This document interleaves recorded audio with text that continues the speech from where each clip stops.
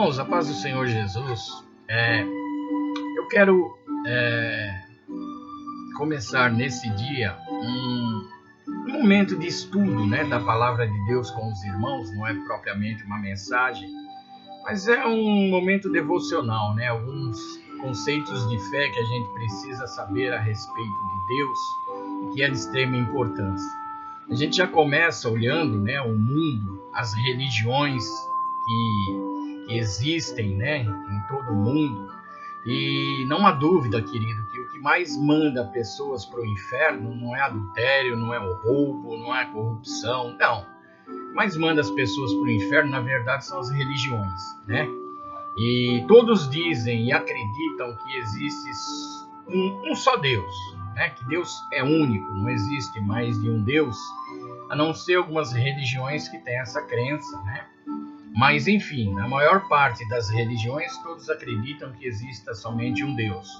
E o problema maior, querido, não é simplesmente acreditar que existe um só Deus, e isso é verdade, há um só Deus, né?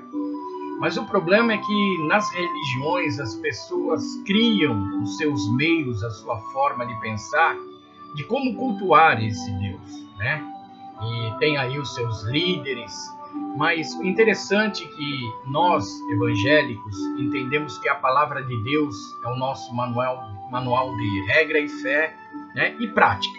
Temos a Bíblia como sendo a palavra de Deus única, né? Então o que nos molda não são experiências pessoais, revelações que vêm de outras pessoas, não, nós até cremos que Deus pode dar uma experiência dessa. Nós somos um povo pentecostal, acreditamos na eficácia, na ação do Espírito Santo, usando alguns irmãos nos dons espirituais de profecia, revelação, visão, enfim.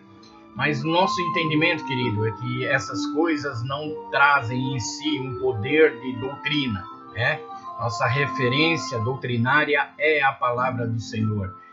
Esses dons vieram para nos exortar, nos corrigir, nos edificar, e é bem-vindo em nosso meio, né? Nós acreditamos nisso. Mas nós precisamos entender um pouco melhor a respeito de Deus, irmãos. De verdade, é Deus quem estabelece a maneira que Ele quer ser cultuado. De verdade, é Deus quem criou as normas para que nós, como pessoas, como seres humanos, possamos buscá-lo, né, com o entendimento e alcançá-lo. Na verdade, foi Deus quem se revelou a nós. A palavra de Deus ela é tão interessante que ela diz que Deus, desde o começo, ele vem se revelando aos seres humanos. E diz que nos últimos tempos ele se revelou pelo próprio Filho, né? Ele enviou a Jesus, seu Filho, com um objetivo, com um propósito nessa vida. Então nós precisamos conhecer melhor, amados, o Deus que nós servimos, quem de fato Ele é, o que na verdade Ele representa. E eu queria deixar para você uma reflexão rápida, não vou ser cansativo nesses estudos, né? Mas eu queria falar sobre a teologia, né? Que fala a respeito de Deus. A teologia ela tem esse propósito, estudar a respeito das coisas, ou melhor, estudar a respeito de Deus, né, das coisas que envolvem a Deus. Deus ele tem personalidade, ele é um ser, é isso. Nós precisamos entender que ele subsiste em 3 pessoas, Pai, Filho e Espírito Santo. Deus Pai não é o Deus Filho, o Deus Filho não é o Deus Pai. O Espírito Santo também não é o Deus Pai e nem o Deus Filho. Existe, né? Como nós sabemos, cada um subsiste de formas independentes, mas há um mistério por trás de tudo isso e eles se apresentam como sendo um único Deus. Então a melhor forma de nós encararmos tudo isso, porque nós não compreendemos e não sabemos como entender de forma muito clara o mistério da Trindade. Até porque, no princípio, somente Deus, né? Deus se revela como sendo uma única pessoa. Mas aí no decorrer, quando Jesus entra em cena, nós começamos a receber alguns esclarecimentos, né? Que esse Deus, ele tem um Filho, e esse Deus também ele tem um Espírito, e que eles compõem essa divindade maravilhosa que nós entendemos como sendo Deus. Mas cada um subsiste de uma forma independente. Jesus deixou uma coisa muito clara, mesmo sendo Deus, querido, ele assume o papel de filho e ele é sujeito ao Pai. Interessante isso, né, querido? E o Espírito Santo também é o Espírito Santo de Deus, ele também é Deus, mas ele age de acordo com a direção do Pai, a direção do Filho, né? E ele faz uma obra também nesse processo de redenção. Mas o meu desejo nessa hora é de falar a respeito do Deus da Bíblia, né? O que a Bíblia fala a respeito de Deus. Então, para hoje, nós vamos falar simplesmente, né, o Deus da Bíblia, ele é um Deus criador. Vamos lá na palavra do Senhor, amados. Quando a gente abre logo ali, quer ver? Vou abrir um texto aqui da palavra do Senhor, para a gente ficar mais esclarecido.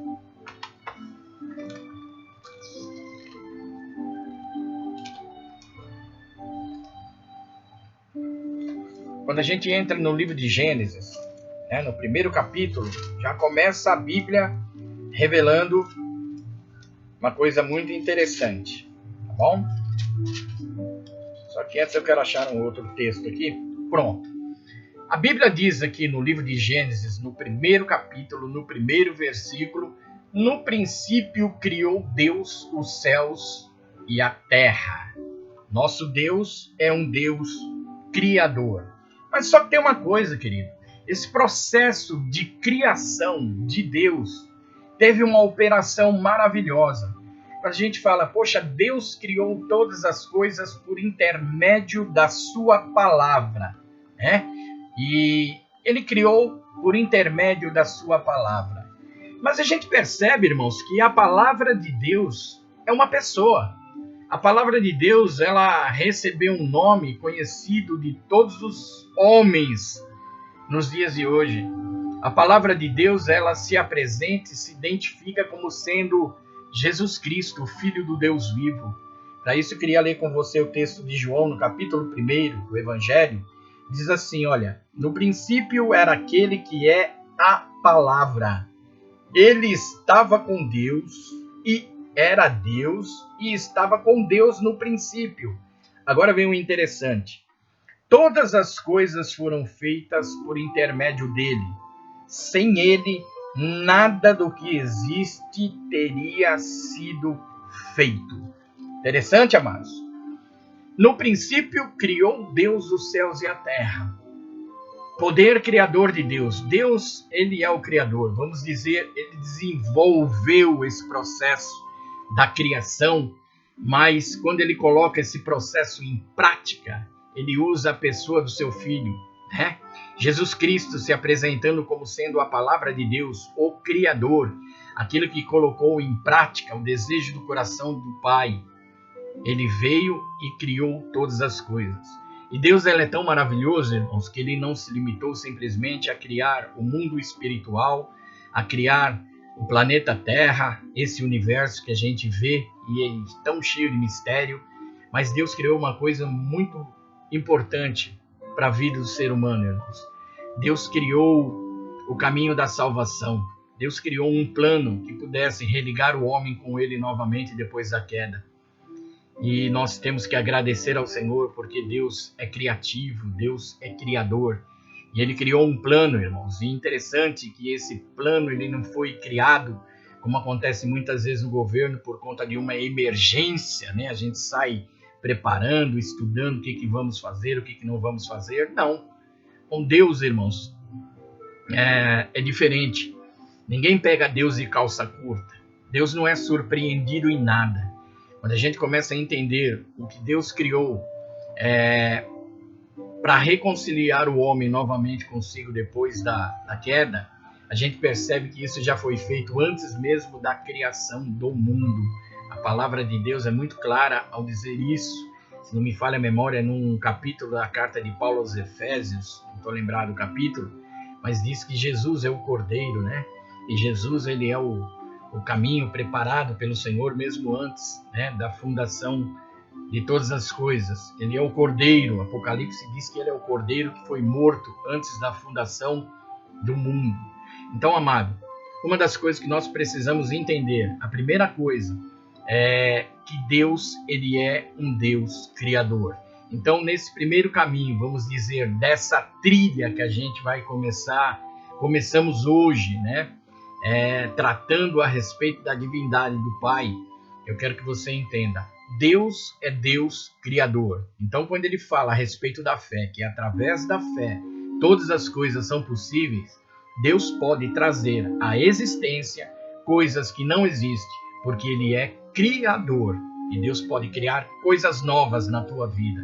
Creia nisso no nome de Jesus. Quando você se lembrar de Deus, entenda, ele é criador. Amém? Fica na paz do Senhor. Deus abençoe ricamente a tua vida nesse momento.